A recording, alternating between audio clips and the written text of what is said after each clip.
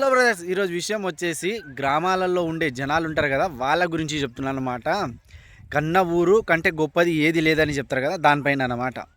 అయితే మనం ఏం చేస్తాం, బతుకు తిరుగు కోసం వేరే పట్టణాలకు వెళ్ళి ఇంకా బాగా సంపాదించి అక్కడే ఉండిపోతాం.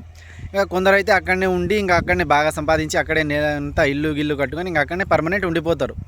నేను ఇదంతా ఏంటికి చెప్తున్నా అంటే, నువ్వు ఎన్ని కోట్లన్నా సంపాదించు, ఎన్ని ఈ భూమిలన్నా సంపాదించు అక్కడే పట్టణాలలో. కాకపోతే నీవు ఎంత సంపాదిస్తావు అంటే, నేను పూడ్చిపెట్టడానికి బంగారంతో ఉంటుంది కదా, అందులో పెట్టినంత సంపాదించినవు అనుకో నువ్వు, అయినా నిన్ను అక్కడ పూడ్చిపెట్టాడు. నువ్వు ఎంత సంపాదించినా వేస్ట్. చివరికి నీ కన్న ఊరు ఉంటుంది కదా, నువ్వు అంత సంపాదించినా కూడా నిన్ను చివరికి తెచ్చేది నీ కన్న ఊర్లోనే. అది గిట్లా సింపుల్గా నేల ఉంటుంది కదా, నేల నువ్వు తిరిగిన నేల, ఆ నేలలోనే నిన్ను పూడుస్తారు. కాదు, ఈ నేల కామన్ నేలనే ఉండొచ్చు, కాకపోతే నువ్వు నడిచిన నేల అంటే నీ పొలంలో మాత్రమే నిన్ను పూడ్చివేస్తారు.